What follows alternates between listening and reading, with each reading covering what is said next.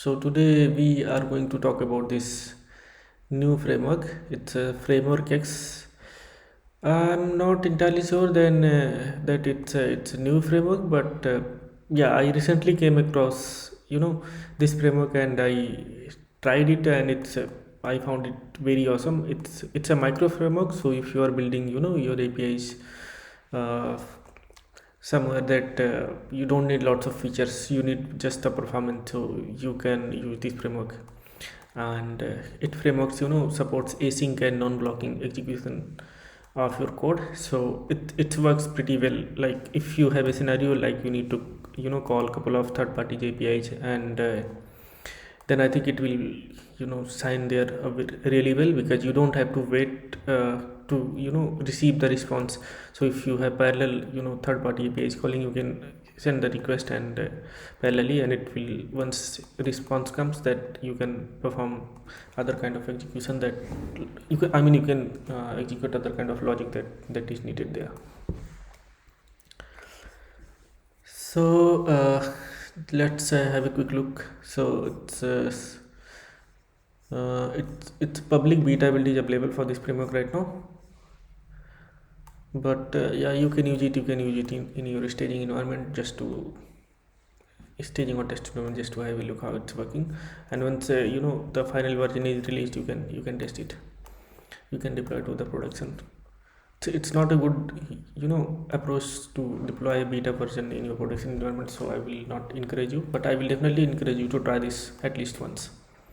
So you can build your RESTful APIs or JSON based APIs using this framework, and you can start within a minute. It doesn't require lots of configuration and settings. So I will show you how you can start it by just doing a composer, by just importing this package via composer, and how you can run this within a Docker environment and see how it works. So it's saying that it is a lightning fast framework. It scales well from shared hosting to the cloud.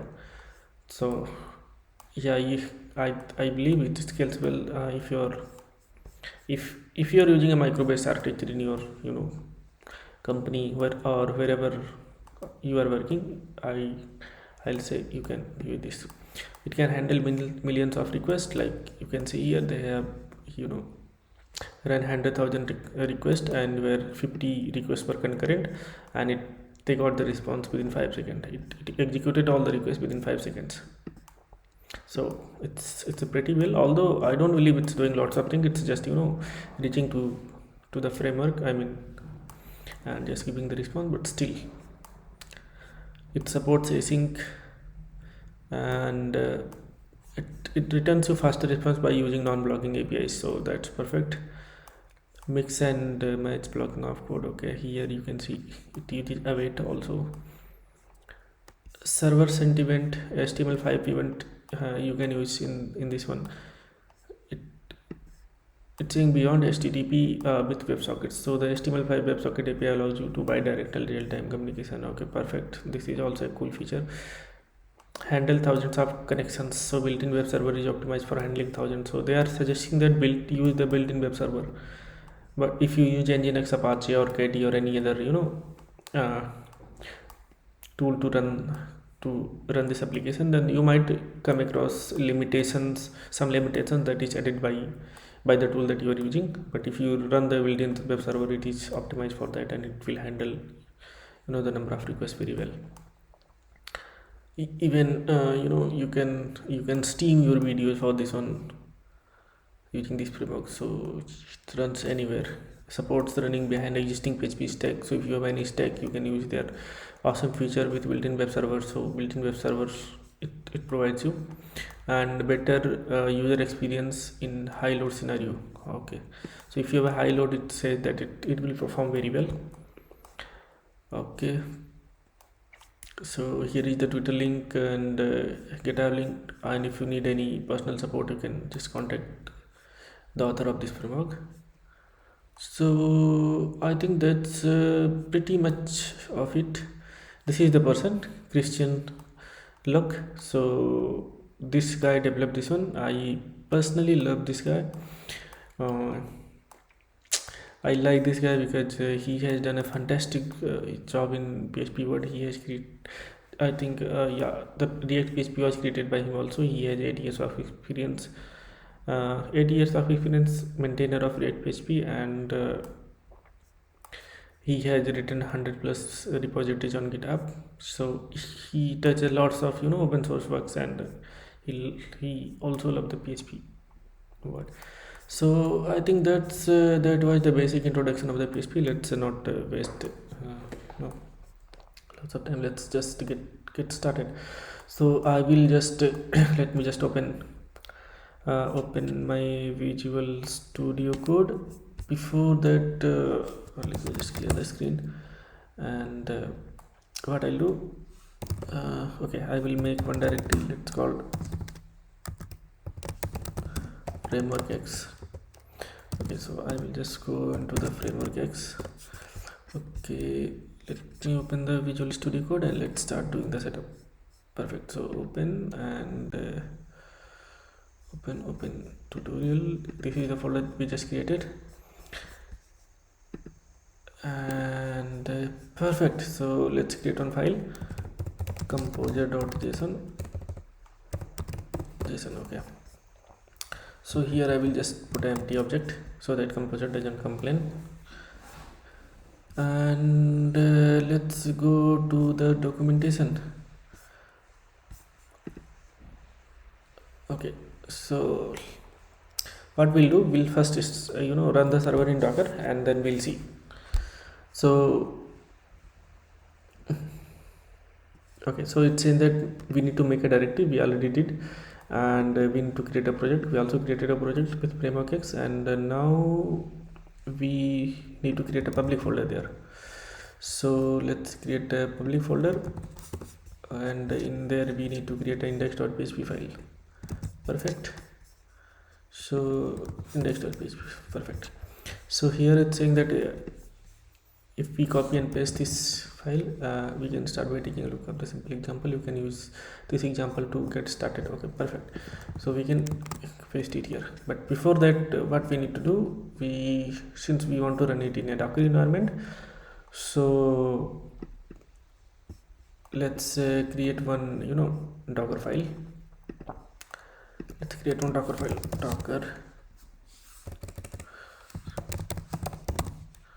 Docker file. So basically I have the Docker command Docker file ready.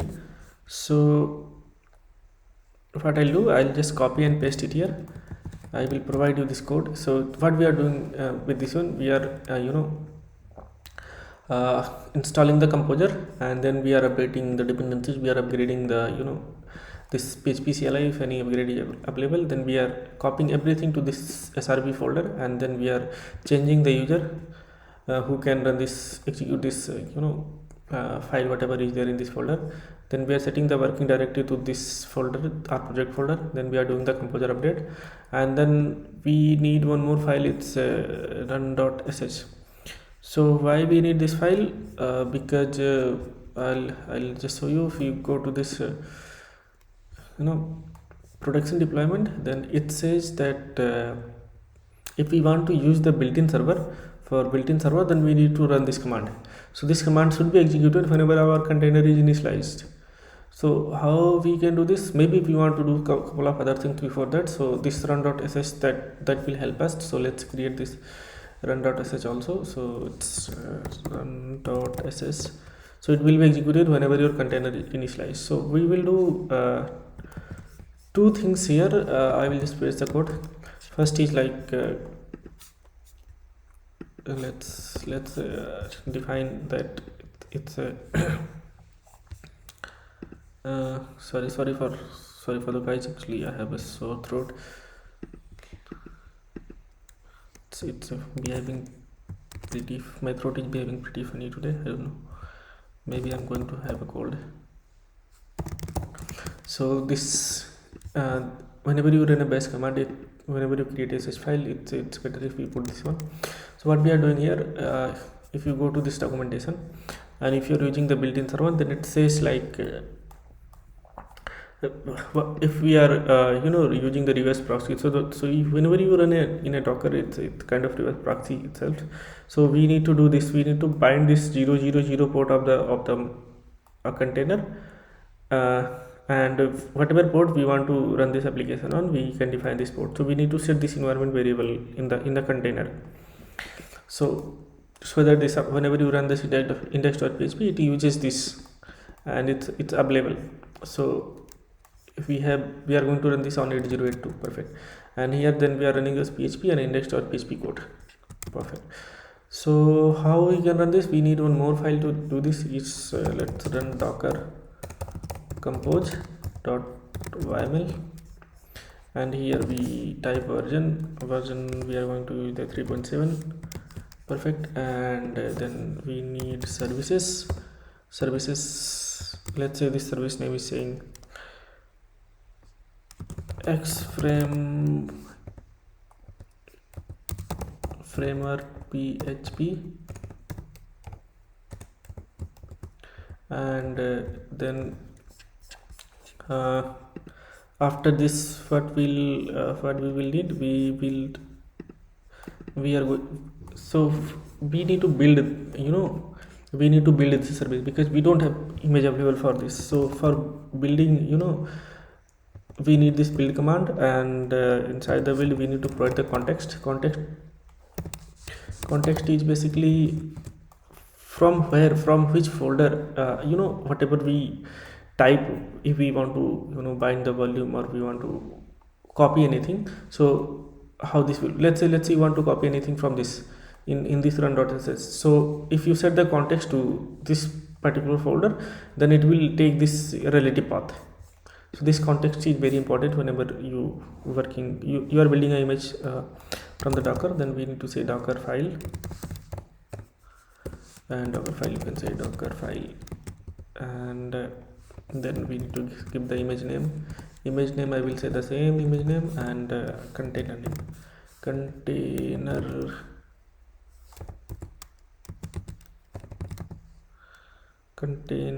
underscore name, yeah. So I will give the same container name. If you don't give the container name, then Docker will automatically assign. If you want to run this in Docker and you want to just change and see, then you need to bind the volume also. So I will bind the volume also for the sake of this. So I will say yes. What is srv slash, where can I see? Yeah, this is srv slash. So whatever code is in my current folder, I will just bind this one. So if I change anything, that will get reflected within the Docker container automatically. So this is handled by the Docker. It's not volume, it's volumes. Sorry for that. Then we need the port. I think this context will go here and will go here, and this will come here. That's why it's not suggesting. Sorry. Ports.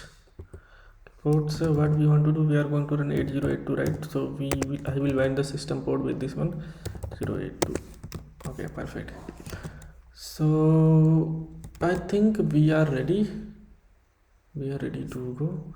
So okay, I'm in this folder. Okay, what I'll do, I will just zoom out in case if you couldn't see anything. So this is our docker compose file, and this is our run.sh file, and this is our docker file. So here we are using the php 8.1 CLI. Okay, and here we are installing the composer, we are doing the update and upgrade, then we are copying everything to this folder, we are changing the ownership, and then we are doing the composer update, and then we are copying the run.sh file so that it's available there to run, and then we are running the run.sh file whenever the docker container is initialized. And one more file we created is this index.php. So we copied the code and we are not changing anything right now here, so we are just going to run the demo. And I think that's pretty much it. In composer.json we don't have anything here. So before we do that, let's do one thing. Let's run composer composer update, because you know, we need to put this uh, what we call framework in our composer file. So not composer update, composer require. So it will pull the framework and it will update our composer.json file. Perfect. So if you see it has added as a required dependency for this one, the main branch. Perfect. So now we are ready to build our framework. So let me clear the screen and the docker compose build. I will build it first. Oh, sorry for the spelling.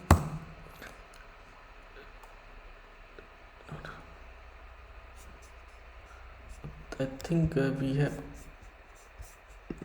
messed up some little bit something. So services, then we have framework, then we have a build, and then we have a context dot, we have a docker file, then we have images. It's not images, it's image.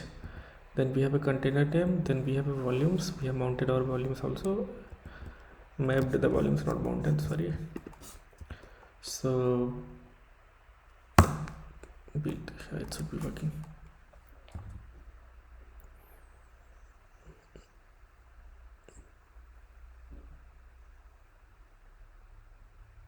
Perfect, just ignore this one. And now we have build the image, so we can say docker compose up. So it will start running our, okay, perfect. So it's running on port 8082. This is coming from here. So if you open this, if you don't bind the port, it won't work, because this particular log is coming, you know, from the container. So whenever you run your container start, you are setting the environment variable and then starting the web server. So you can see these are the log coming from the container itself. So that doesn't mean that this port is open unless you bind this one. So here we are saying that bind the system port with the container port. So it should be working now. So if I open the localhost 8082, then I should see. Perfect. So okay, it's a funny word.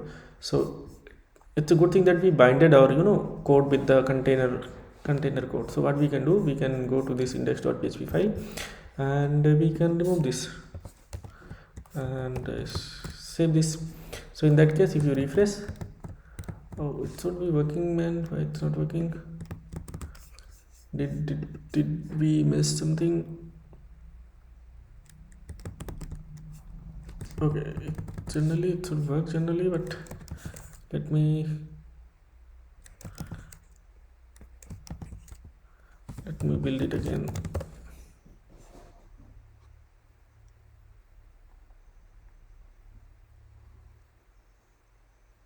Okay. So if you refresh, you see hello world. So it's working. Now what we can do, we can run the that benchmark that framework is providing, this Apache benchmark, and we can see how much time it's taking when we are running within the Docker. So I'll open a new tab and I will paste it, but instead of 80 we are running on 82. So let's run this, and it's 10,000 request is done already. Cool.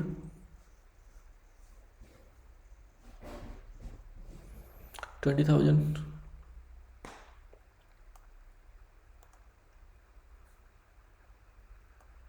30,000,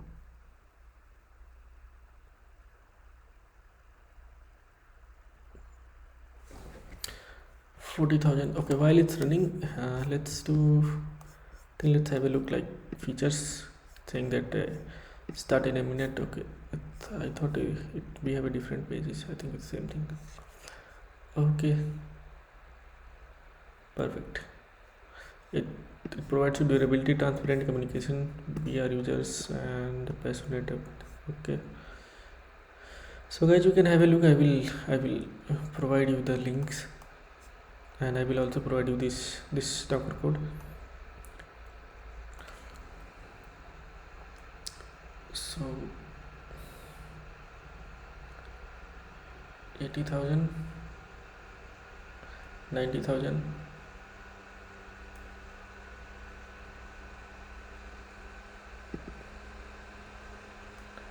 Perfect. And 100,000. So 100,000 it took around 85 seconds. Okay, let's do one thing. Let's do one more benchmarking. It's like, let's stop the Docker, and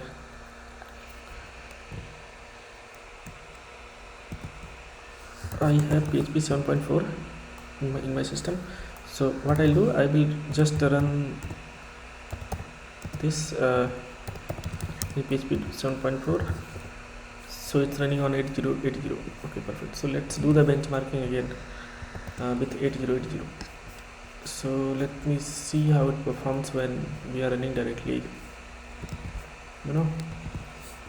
inside our machine without any Docker or anything on PHP 7.4. So I think okay, it's localhost will not work in that case. So we have to say okay.